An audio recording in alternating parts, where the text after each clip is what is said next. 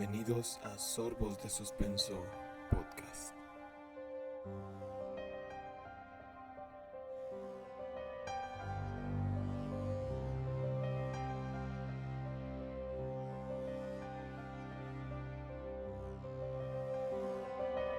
El mundo exterior es frío y cruel, y desde pequeños se nos enseña que debemos de andar con cuidado en él, pues una vez que salimos, estamos a la merced de todos aquellos males que lo albergan, sean cosas, personas o situaciones, convirtiendo así a nuestro hogar como el lugar más seguro y el punto en el que todos nos refugiamos aliviados de dichos peligros, en su mayoría, acogidos en el seno de aquellos que nos dieron la vida y que juran protegernos. Sin embargo, para Elizabeth Fritzsche, su casa de un segundo a otro se convirtió en su jaula, en una pesadilla continua que transformó a su punto seguro y al cálido abrazo paternal en un escenario tan terrorífico que la hizo cuestionarse si acaso era posible que en el exterior pudiese existir algo tan macabro como lo que fue obligada a vivir dentro de lo que alguna vez ella llamó hogar. Escuchas, vayan a llenar su taza con café y acompáñenos mientras les presentamos el caso Fritzsche, la historia del monstruo de Amstetten.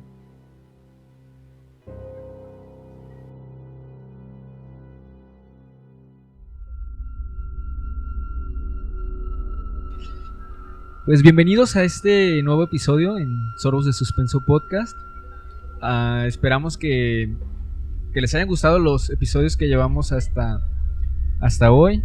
Y esperamos que este no sea la excepción, aunque en este episodio damos un salto un poquito distinto a lo que hemos contado. Este sí es más fuerte. Depende, es muy relativo, depende de qué tan sensibles sean.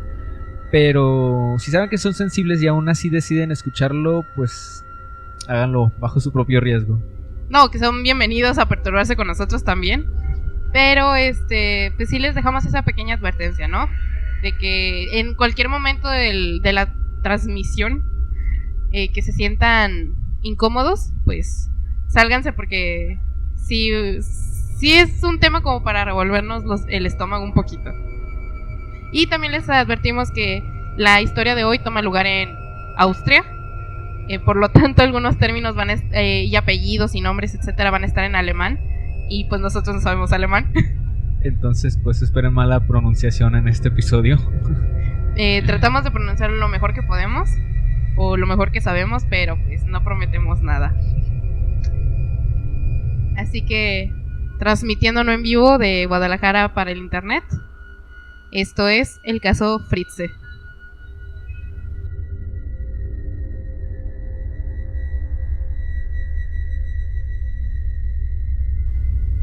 Joseph Fritzsche nació el 9 de abril de 1935 en Amstetten, Austria. De sus padres no se tiene mucho registrado. Se sabe que su padre, Joseph Fritz Sr., abandonó el hogar cuando él solo tenía 4 años de edad. Posteriormente, peleó en la Segunda Guerra Mundial y murió en campo, obteniendo su nombre grabado en una placa conmemorativa a los fallecidos de la ciudad, quedando al cuidado de su madre, Maria Fritzsche, una mujer controladora y abusiva, que lo mantuvo en un orden estricto durante toda su infancia y adolescencia. Siendo corroborado por algunos vecinos que en algunas entrevistas comentaron haber escuchado las palizas que le eran propinadas por ella y que le dejaron un sentimiento de rencor que con los años hizo cada vez más grande. Inclusive se dice que durante los últimos años de la vida de Marie, esta fue recluida en su propia casa por su hijo, quien tapizó las ventanas con maderas y cerró todas las puertas, a modo de castigarla, haciendo que jamás volviera a ver la luz del sol, obligándola a vivir así hasta su muerte. En sus propias palabras, obtuvo de alguna forma su venganza. Según contó en el juicio que se le aplicó por sus crímenes, a petición del juez en turno para intentar explicar la naturaleza de sus actos al jurado, su madre le mantenía vigilado constantemente y le prohibía expresamente tener amigos. Inclusive mencionó haber tenido uno a escondidas de ella. Sin embargo, este le decepcionó amargamente y desde entonces decidió no confiar en nadie. Aunque, claro, nunca habló abiertamente de qué fue esa decepción, pero pues eran jóvenes, así que no podemos esperar la gran profundidad. Solo menciona eso, que lo decepcionó, que ya no quiso volver a tener amigos. Así pues, creció en un ambiente tenso que le acumuló sentimientos de odio, hasta que en 1956, cuando Joseph tenía 21 años, contrajo matrimonio con la que fue su única esposa durante toda su vida, Rosemary. En aquel entonces, de 17 años, en su testimonio menciona que para él fue una especie de amor a primera vista, ya que al conocerla mencionó que quería una totalidad de 10 hijos, número que coincidía con el que él tenía planeado para su familia, por lo que inmediatamente pensó que tenía que casarse con ella. Porque los dos querían tener 10 hijos. Sí, o sea, ya nadie quiere de esa cantidad, así que pues tiene lógica, ¿no? No es cierto. Con Rosemary tuvo 7 hijos, siendo Elizabeth la cuarta, de quien hablaremos un poco más adelante. Tiempo después de la boda, se metió a estudiar a un colegio técnico con especialidad en ingenierías, ubicado en la misma Austria. Ya con su título, trabajó en una industria eléctrica de renombre, ubicada en Linz, otra ciudad del país, hasta que en 1969 regresó a Amstetten a trabajar en una fábrica de material de construcción, hasta que en el 95 cumplió 60 años y se jubiló. A pesar de eso, hacía pequeños trabajos aquí y allá informales, y para unos ingresos extra. Compró en 1972 una casa de huéspedes que administró junto a su esposa por muchos años. Su historial delictivo no se concentra únicamente en los crímenes que arremete contra su hija, de los que hablaremos más adelante, ya que en 1967 irrumpió en la casa de una joven enfermera de 24 años en Linz, mientras su esposo no estaba en casa, para violarla mientras le sostenía un cuchillo en la garganta, amenazándola con que, si gritaba, le rajaría el cuello. Además, ese mismo año fue sospechoso de un intento de violación y acusado de exposición indecente, lo que lo llevó a ser arrestado y sentenciado a 18 meses de cárcel, de los cuales solo cumplió 12. Curiosamente, las leyes austriacas establecen que después de 25 años de libertad, si el individuo cumple con las leyes y vive como buen ciudadano, los registros delictivos son borrados, por lo que se le permitió adoptar a varios niños después de esta fecha, y a su vez no se pudieron usar estos antecedentes en el caso de su hija Elizabeth. ¿Se imagínate? Ahora, o sea, esos 25 años pues no son como... digamos que no es el suficiente tiempo como para que una persona... Por ejemplo, es que en México tiene la curiosidad, no sé si hay algunos lo sepan, no sé si haya cambiado, pero las penas antes en México eran de un máximo de 50 años, porque consideraban que después de 50 años pues ya estabas muy viejito, si es que lo sobrevivías en la cárcel, pues ya no podías hacer más daño a la sociedad. Entonces digamos que era, pues 50 años es la mitad de una vida muy larga, y la mayoría pues ya ingresan a partir de los 30, 40 años. Por eso los 25 años se me hace muy corto, como para que consideren que esta persona ya no puede regresar a las andadas. Sí, pues como en el caso del BTK, por ejemplo, ¿no? O sea, digo, no pasaron 25 años, porque pasaron 30 años desde su primer asesinato hasta que lo arrestaron, más de 30 años. Pero incluso todavía después de ese tiempo él planeaba tener más víctimas. Si es que no lo hubieran atrapado, pues... Si es que él no hubiera sido un idiota, les recomendamos escuchar nuestro episodio anterior si quieren reírse un poquito de cómo la arrogancia te lleva a malas cosas. Pero bueno, ya hablamos mucho de este señor y pues tenemos que hablar de su hija, porque es la víctima principal de este caso, que a partir de aquí pues ya vamos a empezar a hablar de las cosillas más fuertes. Elizabeth Fitze, la cuarta hija del matrimonio, nacida el 6 de abril de 1966, destacaría de entre todos sus hermanos por una fuerte personalidad y, según dijo su padre, una gran rebeldía, lo que de alguna forma marcaría su futuro. Tuvo, según se registró, una infancia mayormente normal, destacando esto ya que ella misma mencionó en sus declaraciones que los abusos de Joseph hacia ella comenzaron cuando tenía 11 años de edad, cosa que su padre negó rotundamente, insistiendo que no fue hasta la mayoría de edad donde comenzó a descargar sus deseos sobre ella, aunque esta etapa nunca ha sido realmente esclarecida. En su adolescencia destaca que al parecer sí tenía una actitud un poco insolente. A los 15 años, después de terminar la educación básica, comenzó un curso para mesera. Sin embargo, antes de terminarlo huyó de casa y se albergó en Viena con una amiga.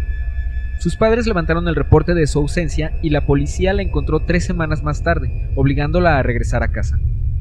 Posteriormente, terminó su curso de mesera y consiguió un empleo cerca de Linz en 1984, mismo año en que todo cambió para la joven. Porque claro que puedes estudiar para servir cafés y sándwiches a una mesa. Porque Europa. En Europa puedes sacar título de lo que sea.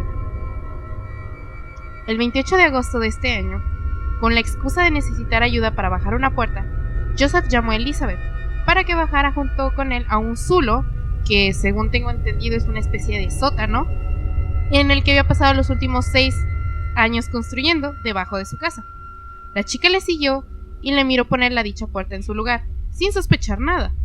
Sin embargo, apenas terminada la acción, Joseph sacó un trapo remojado en éter, con el que drogó a su hija para dejarla al fondo de este particular sótano, ya listo para hacer una cárcel perfecta. Según se registró, no era una puerta cualquiera. Contaba con un sistema de cerradura eléctrica que se abría con un código que únicamente él conocía y que encerraba perfectamente la habitación para que los sonidos no escaparan de ahí. Aquí es donde podemos recordar que Joseph estudió básicamente una ingeniería y que trabajó muchos años en empresas dedicadas al ramo, entonces no es de sorprender que tuviera los conocimientos para fabricar o conseguir o instalar material de este tipo. 30 días más tarde, su madre presentó a la policía un segundo informe, donde reportaba que su hija había desaparecido nuevamente. Joseph, para poder desviar la atención, la obligó a escribir una serie de cartas en las que aseguraba estar bien y no querer saber más de su familia, ya que de ser buscada huiría a otro país sin dejar rastro. La letra coincidente de las cartas y los antecedentes de la chica, más la teoría, entre comillas, de Joseph, de que seguramente se había unido a alguna secta oculto, parecieron suficientes para convencer a la familia y a la policía de la veracidad de estos hechos, y así de fácil, Elizabeth jamás fue buscada.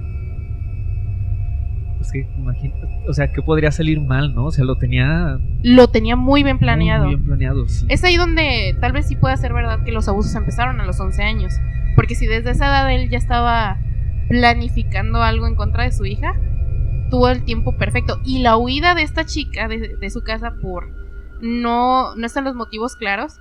Tal vez solo era una etapa de la típica que todos tenemos, ¿no? De me voy de mi casa, ya no los quiero ver. Ajá. Y solo que ella sí lo hizo. Pues bueno, tenía una amiga y pues, se le hizo ella, fácil, ¿no? Ajá, o sea, lo tenía sencillo también. Pero selló su destino, porque si ella no hubiera tenido, tal vez si ella no hubiera tenido este antecedente, la policía se hubiera tomado más en serio su desaparición, muy a pesar de las cartas. Pero aún vamos a hablar un poquito más de esto al final, pero van a darse cuenta que la mamá nunca vio las señales o no se mostró preocupada. Yo sé que si, por ejemplo, si nosotros desapareciéramos, aún si dejamos una carta a nuestra madre, diría, ¿cuál carta? O sea, yo te busco y donde te tengan que encontrar.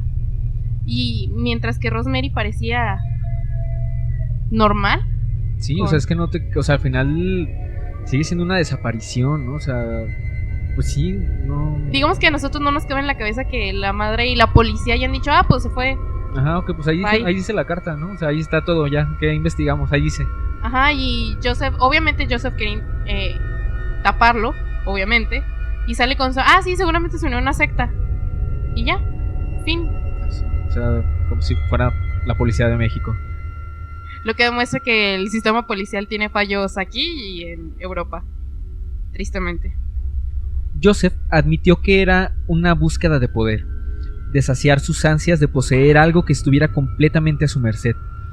Con la idea fija de que ella era la más rebelde de todos sus hijos, fue la elegida para darle eso que tanto ansiaba. También comentó que era una situación de índole sexual. Ver a su hija de fuerte carácter le hacía tener fuertes deseos por hacerla suya. Y no solo eso, sino que le hacía anhelar tener una familia entera con ella. Palabras desagradables que salieron de su propia boca. Pero yo siento que no era esperar menos de alguien que drogó a su hija y la encerró en un sótano sin motivo ni razón aparente. Sí, pues sí, o sea, no. no podía estar bien este señor de ninguna forma. Algo más allá debía de estar deschavetado en su cabeza. La habitación en la que fue obligada a vivir contaba con 18 metros cuadrados y en sus primeros años no contaba con nada. Solo una cama vieja a la que fue atada y cuyo largo de la soga le permitía llegar únicamente a un inodoro. Sus primeros años. Sí. Más adelante vamos a decir el número total de años, pero fueron bastantes. Los primeros meses su padre no le dijo absolutamente nada. De vez en cuando bajaba a verla, la violaba, con la amenaza de matarla si hacía escándalo, y sin decir palabra subía de nuevo dejándola en su cautiverio. Con los relatos de ella al salir, se estimó que fue violada aproximadamente 3000 veces. Sí, esto... Les advertimos en un inicio que esto iba a estar un poquito fuerte. Así que las personas sensibles están todavía a tiempo de salirse de aquí. Pueden ir a escuchar uno de los episodios anteriores. El de Navidad, por ejemplo, está bonito. O pueden ver un episodio de Mi Pequeño Pony. Eso siempre me ayuda cuando me da miedo. Pero pues, yo siento que una de las torturas psicológicas que más ejerció él durante los primeros años fue eso. El silencio total. No le hablaba para nada, ni siquiera obviamente no le iba a dar una explicación. Sí. Porque ni siquiera tenía una explicación. Pero imagínate que nomás llegara y sin abrir el pico nomás, órale, ponte, y se iba. Obviamente la mantuvo alimentada y tenía acceso a agua, bueno, no sé si agua potable, pero al menos tenía agua. Pues es que, no sé, imagínate, a lo mejor tomando en cuenta, por ejemplo, una película de terror, ¿no? O sea, normalmente, digamos que es un comportamiento de un poseído o de algo así, ¿no? O sea, sí, o sea, es una... No, y deja de eso, los poseídos, aunque sea, te mientan la madre. Y dice, no, si viva Lucifer, algo así. Bueno, creo que depende de... Pero el silencio... Sí, o sea, el no saber qué está pasando... O sea, era su padre, digo... Sí, bueno, sí, según sí había tenido abusos desde los 11 años, a lo mejor, es que no sé, o sea, pero decir que lo esperabas. Abusos. Quizás pues esos no. abusos eran más físicos o mentales o una cosa más ligero. Pero es que sí, o sea, lo más fuerte de este caso es que era su propio padre. Cuando a una persona la secuestran, pues obviamente no sabes qué esperar. Y esperas lo peor. Dices, si me quedo aquí me va a ir mal y si salgo va a ser en una bolsa. Pero era su propio padre en su propia casa durante muchos, muchos años. Y parecía que nadie le estaba buscando. Y de hecho era cierto, nadie le estaba buscando. Elizabeth dio a luz a un total de 7 hijos, de los cuales 6 sobrevivieron al encierro. La primera de ellos, Kerstin, nació en 1988 y se mantuvo al lado de su madre hasta el final del tormento, al igual que su segundo hijo, Stephen, nacido en 1990, y la tercera hija, Lisa, de 1992, quien, al ser la más intranquila de los 3, su padre optó por alejarla de su madre y llevarla al exterior. Este dejó a la niña a las afueras de su casa, donde fue descubierta por Rosemary, junto con una nota donde explicaba que no podía cuidar de ella, pidiéndoles a sus padres que tomaran su tutela. Como se mencionó, para este tiempo el historial delictivo de Joseph ya había sido borrado, y por ende se les permitió a los abuelos tomar la custodia legal de la menor. Algo que vamos a poder observar a lo largo de la historia de Elizabeth es que ella siempre tuvo muy arraigado el instinto maternal. Ella quería muchísimo a sus hijos. De hecho, hizo lo posible por crear un ambiente, no voy a decir sano, pero un ambiente tranquilo para ellos. O sea, yo quiero pensar en el dolor que ella tuvo que pasar cuando de repente llegó este vato y dijo, me voy a llevar a tu hija a escribir una nota diciendo que nos la vas a dar. Tuvo que sufrir mucho, pero ya hemos aclarado que Joseph era una persona violenta. Entonces, si no lo hacía, pues me imagino que iba a tomar represalias contra alguien, tal vez contra ella, tal vez contra uno de los niños. Y ella tuvo el valor de escribir la nota y dejarla. Pero sí, ella adoraba a sus niños. Y los adoró a pesar de las circunstancias en las que estos nacieron. Sí, bueno, en su caso, al final pues ellos no tenían la culpa y ella no tenía como otra opción. No. Pero igual, o sea, ella pudo haberles guardado mucho rencor o verlos sí, como el producto de su dolor, de su sufrimiento, y no lo hizo así. Tal vez era porque era su única compañía, porque también la soledad te vuelve loco. Y de alguna manera le llegaron 6 roomies. O sea, tuvieron que pasar 9 años para que el zulo, este tipo de sótano, comenzara a tomar más forma después de los ruegos de Elizabeth, quien debía soportar que sus hijos la vieran siendo ultrajada por su padre constantemente, creando así una pequeña cocina, un baño un poco más privado, aunque no cerrado totalmente, una habitación más alejada y ampliando el área hasta llegar a los 55 metros cuadrados. La mayor parte del trabajo hecho por ella misma y sus hijos. ¿Cómo hacen todo eso sin que la madre no se dé cuenta? Exactamente, esa es una de las cosas más preocupantes del caso. O sea, para empezar, ves que tu esposo construye un sótano y le pone una puerta especial. Es como, ¿para qué lo quieres? Mi mamá, por ejemplo, sí estaría jodiendo a mi padre hasta que le dijera para qué chuchas lo quiere. Sí, o sea, es una construcción en tu casa. O sea, ¿cómo no te da, o por lo menos curiosidad de saber? Ajá. Y luego aparte, pues yo siento que los humanos somos mal pensados. Luego venimos, bueno, pues está almacenando droga, cadáveres o Sí. qué. O sea, al menos déjame asomarme a ver qué hay. Pero la madre no dio indicios nunca de querer investigar. Y claro, o sea, el zulo era a prueba de sonido. A menos de que, bueno, como mencionamos, la niña, la tercera hija, pues era muy ruidosa. Entonces tal vez sí se llegó a filtrar algún sonido que a la larga podía causarle problemas. Pero fuera de eso, pues era completamente hermético. Y el tipo, de repente, cuando Elizabeth empieza a rogarle, pues le empieza a bajar materiales de construcción. Que hay que destacar que Elizabeth tuvo que cavar en las paredes con sus propias manos para poder hacer el espacio más grande, porque no le dio pala. Entonces ella cavaba, se destruyó las manos en esto, y los niños le ayudaban en lo poquito que podían, ¿no? Pues estaban chiquitos. Pues es que era una pala, podría haber sido un arma, ¿no? Supongo. Sí. Pero pues imagínate, entonces, ¿de cuántas cosas pudo haber estado privada y por cuánto tiempo? En 1994 llega Mónica, la cuarta hija, quien después de vivir en el zulo por 10 meses, fue considerada también como muy escandalosa y fue sustraída del sitio. De nuevo, Rosemary la encuentra y esta vez poco después recibió una llamada de su hija, diciéndole que había tenido a la pequeña después de una relación esporádica y que no podía cuidarla, por lo que le pedía expresamente que por favor se hiciera cargo de ella junto con Lisa, aunque la llamada, hecha con una grabación, levantó sospechas, no fue investigada. Es que parece como una película, o sea, una película de las que ni siquiera te crees bien la historia, porque dices, es que, o sea, ¿cómo una Sí, o vez sea, se da ¿cómo? cuenta? O sea, te llegan bebés por correo prácticamente.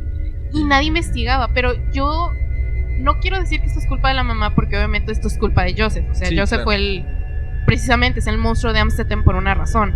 Pero es que como la mamá nunca metió cuchara, nunca se preocupó, oye, ya van 2 hijos que me deja esta chica, hija, quiero verte, o de hecho, o sea, ¿cómo le hizo para que la grabación dijera exactamente lo que la mamá quería escuchar y no investigara más? Desde ahí hay, o sea, no entiendo a esta mujer. O sea, los hermanos también, no era la única hija, o sea, eran muchas mentes que a algunas se le podría haber ocurrido que algo estaba mal. Y ninguna lo hizo. Después, en 1996, Elizabeth da a luz a gemelos, Alexander y Michael. El primero es llevado a la superficie en condiciones idénticas a sus hermanas, y Michael, después de un par de días y con la negativa de Joseph de darle atención médica, muere y es incinerado por este mismo. Para 2002 nace Félix, el último de los nietos de Joseph Hijos diagonal nietos. y Elizabeth.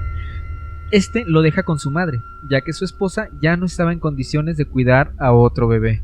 Tengamos en cuenta que Joseph y su esposa ya estaban en los 70 años, tal vez, quizá 80. Pues ya no estaban, sí, cierto, ya no estaban para cuidar bebés, pero vaya, qué amable, ¿no? Por pensar en su esposa. Ajá, sí, no se vaya a cansar mucho, ¿no? Durante todos los años de encierro, Elizabeth hace lo posible por darles una vida tranquila a los hijos que le dejó conservar, enseñándoles a leer y a escribir, utilizando un televisor y un radio con una videocasetera para mantenerlos entretenidos y enseñarles un poco de lo que existía afuera de esas paredes. Aún a pesar de la situación, manteniéndose como una madre dedicada y cariñosa. Los momentos en los que Joseph bajaba eran los peores. Elizabeth estaba obligada a cooperar con los abusos sexuales y a mantener a los niños tranquilos. Según contó, él llegaba con aires de dictador, les hablaba casi en su totalidad con groserías, y si algo le hacía sentir molesto, les propinaba duros golpes a todos ahí. Trabajaba con su violencia para quitarle la personalidad a los niños y romperlos, así como lo hizo con su madre, para mantenerlos sumisos y callados. Varias veces llegó a amenazarla, diciendo que de no cooperar, los encerraría para siempre y jamás saldrían. No les llevaría comida de nuevo y se vería obligada a observar la muerte de sus hijos por inanición. Asimismo, le mintió diciendo que no podría escapar, ya que había instalado en la puerta un sistema de gas letal y electrodos de alto voltaje que de cruzarlo sin su supervisión la matarían en un instante. De esta forma, Elizabeth jamás intentó huir. Que como mencionamos, Elizabeth tal vez ya estaba muy rota, pero siempre pensó en sus niños. Y el hecho de que él amenazara diciéndoles que no iba a haber más comida, que no iba a haber recursos, pues de alguna manera la ató de manos para enfrentársela a él.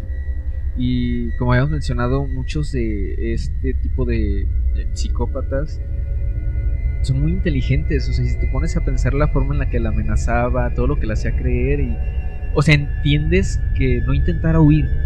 Sí, o sea, para empezar, ella misma lo ayudó a instalar una puerta hermética. Ella sabía en dónde estaba metida de alguna forma. Otra cosa, que su esposa no veía cómo él compraba una segunda despensa para bajarla a un sótano, o no notaba, porque obviamente también les tuvo que comprar cosas a los niños, ¿no? Pongámosle que no la gran cantidad, pero ropa, pañales, cuando menos tela para hacer pañales de tela.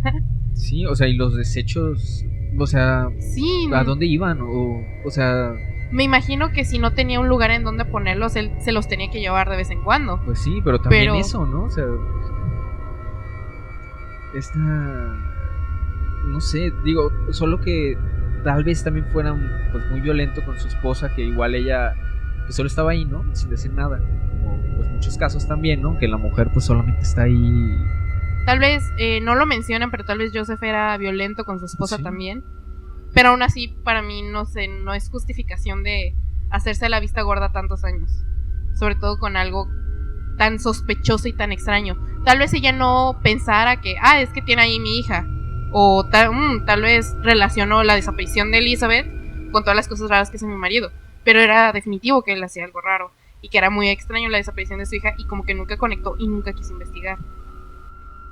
El martirio total de esta chica duró un total de 24 años. Ya que fue hasta el 2008 donde ella aprovechó la única oportunidad que tuvo para buscar ayuda, siendo un total éxito. El 19 de abril de este año, la primogénita de ambos, Kerstin, sufrió un colapso después de un fallo multiorgánico que preocupó enormemente a Elizabeth, pues no quería perder a otro de sus hijos. Esta le suplicó a su padre que la llevara a urgencias, y por razones no muy claras, Joseph aceptó.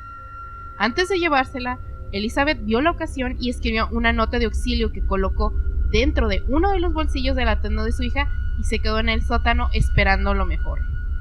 Los médicos encontraron la nota, y aunque estaban alarmados, prefirieron tomar el asunto con delicadeza, por lo que expresaron la necesidad imperiosa de tener a la madre de la chica para hacerle unas preguntas que pudiese ayudar a salvarle la vida. Acorralado, Joseph no tuvo más opción que sacar a Elizabeth y llevarle ante los médicos. Una vez con ellos y siendo entrevistada, la mujer de ya para ese entonces 42 años se quebró totalmente y reveló todos los abusos a los que fue sometida por su padre. Según reveló Willibald Reitner, el jefe de policía que se encargó del caso, de las primeras palabras de la chica al declarar fueron: "Nadie va a creerme". Pero se equivocaba. Ese día todo el plan del monstruo de Amstetten se vino abajo. Para empezar, hay que destacar que ella fue inteligente. Esconderle una notita lo más discreto posible y esperar a que él no la revisara. Eso fue un error de Joseph, no catear a la chica para asegurarse que su madre no le hubiera dejado nada. Y en segunda, me gustó muchísimo que los doctores se lo tomaran con calma y trataran de hacerlo de forma discreta, porque tú sabes que luego empieza, si hubieran hecho un escándalo, imagínate lo que hubiera hecho Joseph y lo que le hubiera hecho a la pobre de Elizabeth. Sí, pues inmediatamente pues iba y les deja a la chica y se va. Sí, o sea, ¿qué le importaría a la niña, no? O sea, en el hospital. Se iría a limpiar las evidencias y eso le hubiera costado muy caro a ella. Entonces fue muy inteligente de su parte. Y también podemos observar la actitud ya toda rota de la muchacha, de quiero contarlo, pero pues de qué va a servir, ¿no? Pero pues tuvo suerte de que en este caso, lamentablemente a diferencia de muchos otros, sus palabras no fueron tomadas en vano y ella pudo salir ya por fin, después de 24 años de ese encierro. La policía actuó inmediatamente y rescató a los 2 niños restantes del Zulo, quienes al ser criados en aislamiento total presentaban ciertos rasgos llamativos, comunicarse mayormente de gruñidos, y el más pequeño, aunque sabía caminar, prefería solo arrastrarse. Inmediatamente se arrestó a Joseph y se interrogó a Rosemary para determinar su cuestionado papel en este caso. Ella argumentó que no tenía ni idea de lo que ocurría bajo su propio techo, y con el perdón de su propia hija, quien creyó en su inocencia, fue exonerada de sospechas. Ahí la verdad no creo que de verdad no supiera, o sea, no. Creo que en este caso es más una cuestión de salud mental para la hija. Como que la imagen que ella tenía de su progenitor ya estaba tan fea que no quiso hacerle eso mismo a su madre y no quiso pensar en si tienes que ver o no. Si tú dices que no, sabes que te creo y ya, dejémoslo así. De esta forma, Elizabeth pudo salir a la luz con sus hijos del secuestro y reunirse con aquellos 3 que le fueron arrebatados, tomando desde ese momento y hasta la actualidad terapias psiquiátricas para superar el martirio en el que vivieron por más de 2 décadas. Sin embargo, el juicio a su padre apenas comenzaba. Joseph fue acusado de secuestro, abuso sexual, incesto, esclavitud y asesinato. Este último por la negligencia que llevó a la muerte a uno de los gemelos. Primeramente negó los cargos insistiendo que todo había sido consensuado. Sin embargo... O sea, claro papá, enciérrame en un sótano 24 años, no hay problema. Claro, como si las violaciones no hubieran sido suficientes, ¿no? Igual pues enciérralo 24 años, ¿no? Al cabo iba a tener todo lo que necesita. Sobrevivió, ¿no? O sea... Pero te moriste. Sin embargo, después de escuchar la declaración de su hija donde narraba el infierno porque pasó los últimos 24 años de su vida, no tuvo más que aceptarlo, aunque ni una sola vez mostró arrepentimiento alguno, ya que solía decir que le parecía lindo tener descendencia y, entre comillas, una auténtica familia en mi sótano. Inclusive alegó que le parecía ofensivo el apodo que la prensa le había otorgado, ya que le parecía inadecuado, puesto que no soy un monstruo. De haber querido matarlos a todos lo hubiera hecho, pero yo solo quería otra familia. Ay, pues solo era un padre cariñoso que quería más hijos. Me viene a la mente el meme de ¿qué? No soy un cerdo, ¿o qué? Soy un puerco decente o algo. No recuerdo exactamente, cómo es, pero algo así como así, de, o sea, ay no, pues qué lindo, es que no mató a nadie. Pues claro, sí. no es un monstruo. No es como que secuestró a su propia hija. Y vamos a hacer una colección de estas frases ya con y la del BTK, de que era solo un hombre que hizo cosas malas. Soy un buen hombre que hizo cosas malas. No soy un monstruo, de haber querido los hubiera matado, pero pues no lo hice. Me recuerda a los que se suben al camión a pedirte dinero. Dice, yo podría matarte, pero no. Solo te estoy pidiendo una limosna. Bueno, gracias. Que sí, gracias por avisarme, ¿no? La defensa intentó usar esto último como argumento, diciendo que era un hombre tan amante de la familia que lo único que hizo fue buscar la forma de tener otra, recalcando el dominio que éste ejercía sobre Elizabeth y sus hijos, ya que según su abogado nunca los dañó aunque pudo hacerlo. Él solo era un hombre con muchas ganas de mantener a sus familias. O sea, nunca los dañó. Pues estos abogados no conocían la... Bueno, hay que entender a los abogados, ¿no? Ellos tienen que defender a su cliente sea como sea. Sí, o sea, al final pues sí es su trabajo, y en este ¿no? caso, o sea, ¿cómo lo defiendes? Pero sí, ¿no? O sea, ya llega el punto en el que el abogado dice, pues voy a usar este argumento y chicle y pega, ¿no? O sea, pero alegando pues, que no les hizo daño, o sea, no saben es que de los daños emocionales. ¿De qué otra forma podrías haberlo defendido tú? O sea, no había escapatoria. Y creo que en estos casos ni siquiera... El último recurso de todos los abogados es alegar demencia. Sí. Y, o sea, obviamente el tipo sí está demente, pero eso no lo exonera de que él estaba consciente de que los actos que estaba haciendo no estaban bien. Obviamente los argumentos no fueron suficientes. Obviamente. Y en 2009, Joseph Flitze fue condenado a cadena perpetua en un hospital psiquiátrico, donde después de ingresar recibió el divorcio por parte de Rosemary y donde vive aislado hasta la fecha de hoy, mostrando cada día más signos de deterioro mental cognitivo. Como dato curioso, en 2007 pidió expresamente su deseo por cambiar su apellido a Meyerhoff, petición que fue aceptada por la corte, siendo en la fecha conocido con su nuevo nombre. No sabemos por qué lo hizo. Pues no creo que le sirva de mucho, ¿no? Y al final va a estar ahí para siempre, pero... Y pues al final no importa cómo se cambie el nombre, siempre va a ser el monstruo de Amstetten. De Amstetten o el monstruo Fritze. Por su parte, la historia de Elizabeth, una buena noticia, no terminó mal. Después de ser liberados y llevar años de terapia psiquiátrica, ahora viven una vida lo más normal que han podido. Sin embargo, esto no fue fácil. Cuando a ella se le otorgó una pensión y una casa dentro de Austria, decidió mudarse con todos sus hijos, incluyendo los que se le habían arrebatado, para empezar de nuevo como la familia que siempre quiso que fueran.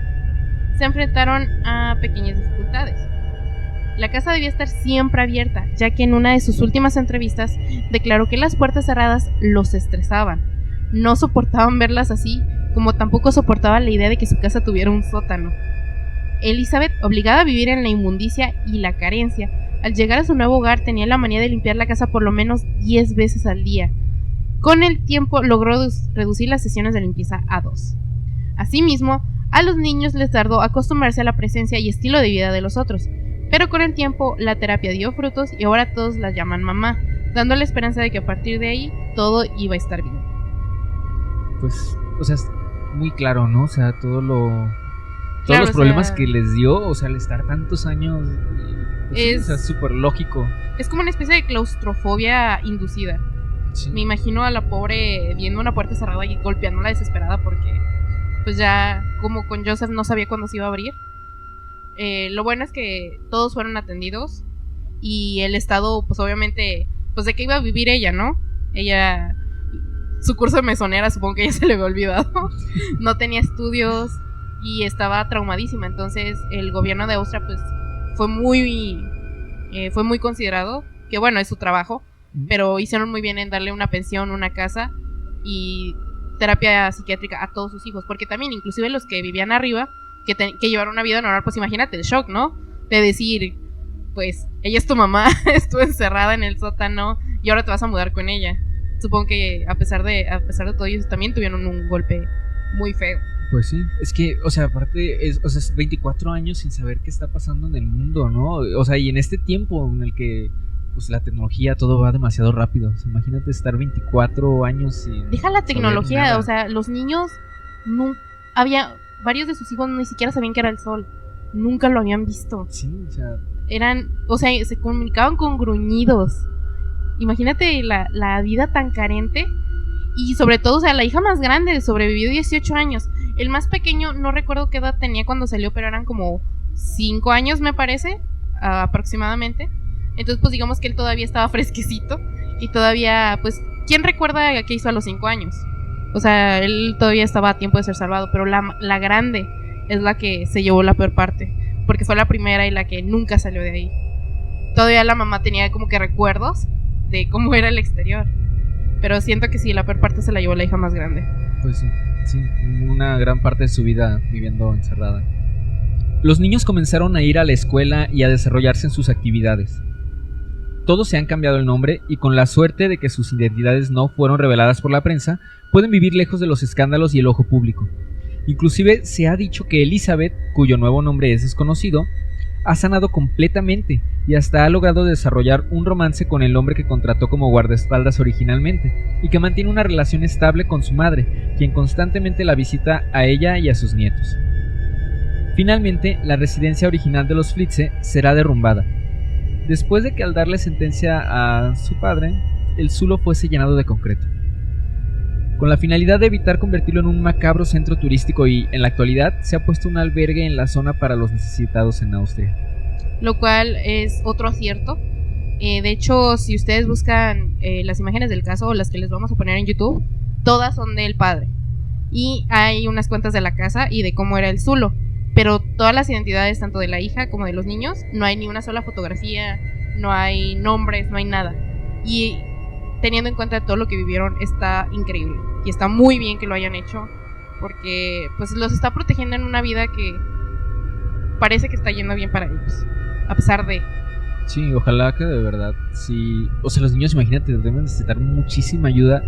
Y además, pues son 6, ¿no? Los que quedaron, 6 los que quedaron vivos. Creo que el que mejor le fue el que falleció, porque Sí. no le tocó vivir semejante monstruosidad. Pues sí, pero, o sea, como las historias de algunos asesinos se comienzan desde pequeños con abusos, con historias complicadas. Ojalá que a estos 6 niños se les pueda educar bien, darles terapia y todo lo que necesiten y evitar que en alguno de ellos pudiera... Tomar represalias. Sí.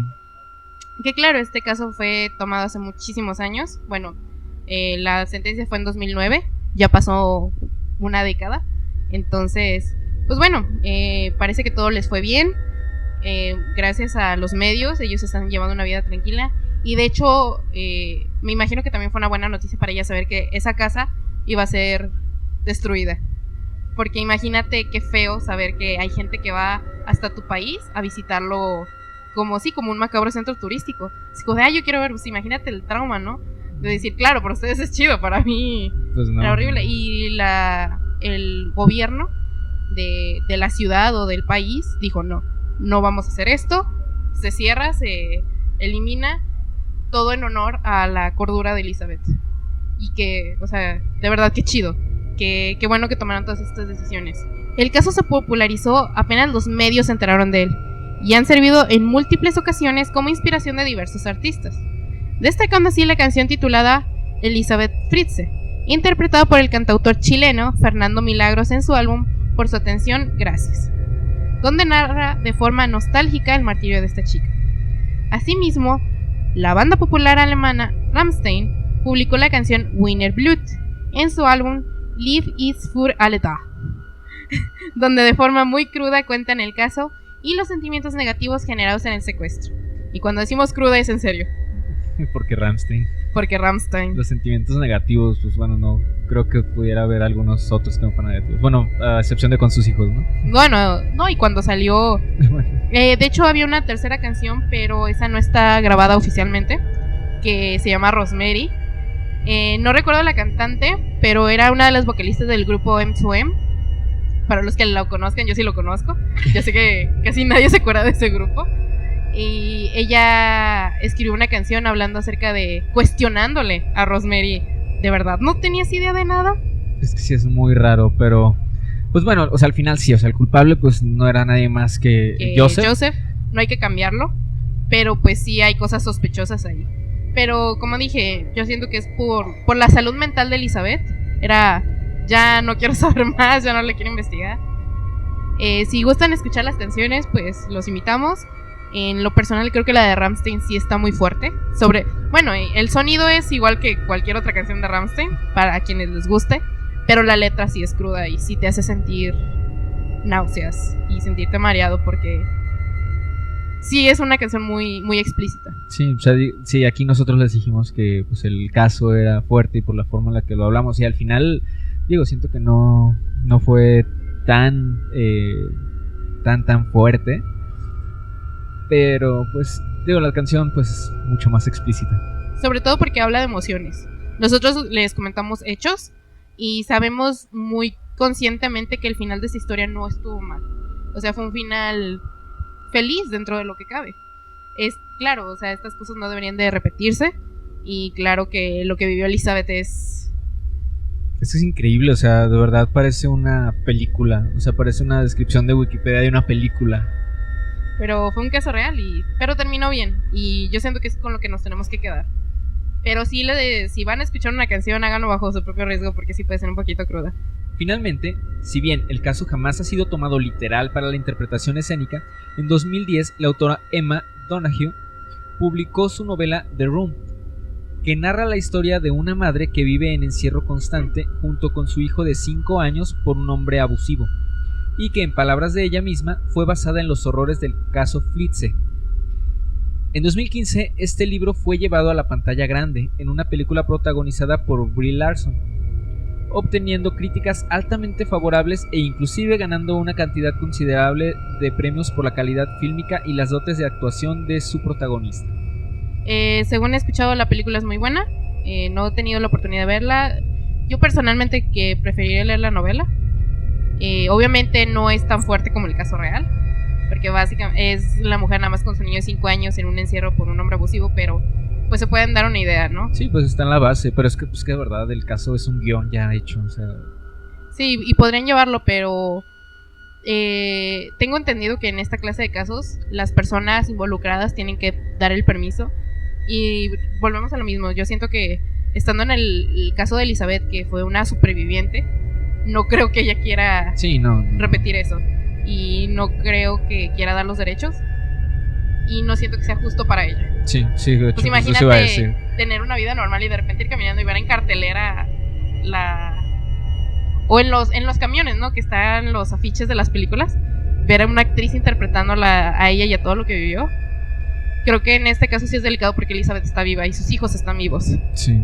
Y a pesar de que la gente no sabe que son ellos, por todos los cambios de identidad, no sería agradable, para nada. Sí, no, o sea, siempre sí hay que tener como que un respeto por todos esos casos. Digo, normalmente hay muchos que ya pasaron hace algo de tiempo, como que pues se enfriaron un poco las cosas. O donde sencillamente... Yo recuerdo un caso de una película también muy buena protagonizada por Ellen Page, que se llama Un crimen americano, algo así, que es sobre son 2 hermanas que les dejan al cuidado de una vecina y la vecina las trata horrible y las maltrata y las tortura durante meses.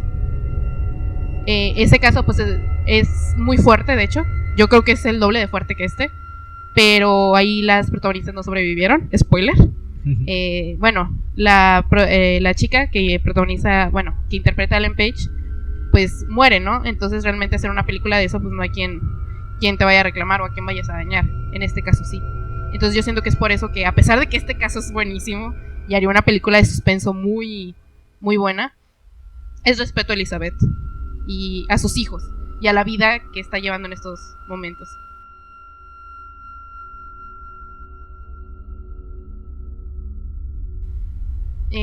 Bueno, ese fue el caso de esta semana.